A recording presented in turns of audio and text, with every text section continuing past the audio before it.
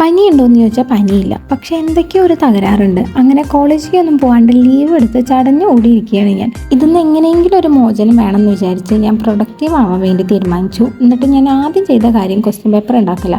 പിള്ളേർക്ക് second internal എക്സാമിൻ്റെ ടൈമായി ഇറക്കണു.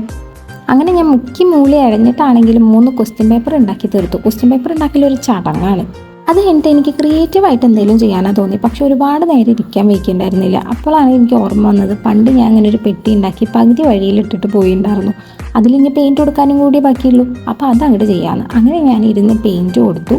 ഇത് ചെയ്യാറുന്നപ്പോൾ ഞാൻ വിചാരിച്ചു പെട്ടെന്ന് തീരും, കുഞ്ഞ് പെട്ടിയല്ലേ എന്ന്. പക്ഷെ എന്താണ്ടായിന്ന് വെച്ചാൽ കുഞ്ഞ് ഡിസൈൻ ആയതുകൊണ്ട് നല്ലോണം സൂക്ഷിച്ച് പെയിൻറ്റ് കൊടുക്കണമായിരുന്നു. അതുകൊണ്ട് കുറേ സമയം പോയി. പക്ഷെ ഫൈനൽ ലുക്ക് എനിക്ക് ഭയങ്കരമായിട്ട് ഇഷ്ടമായി.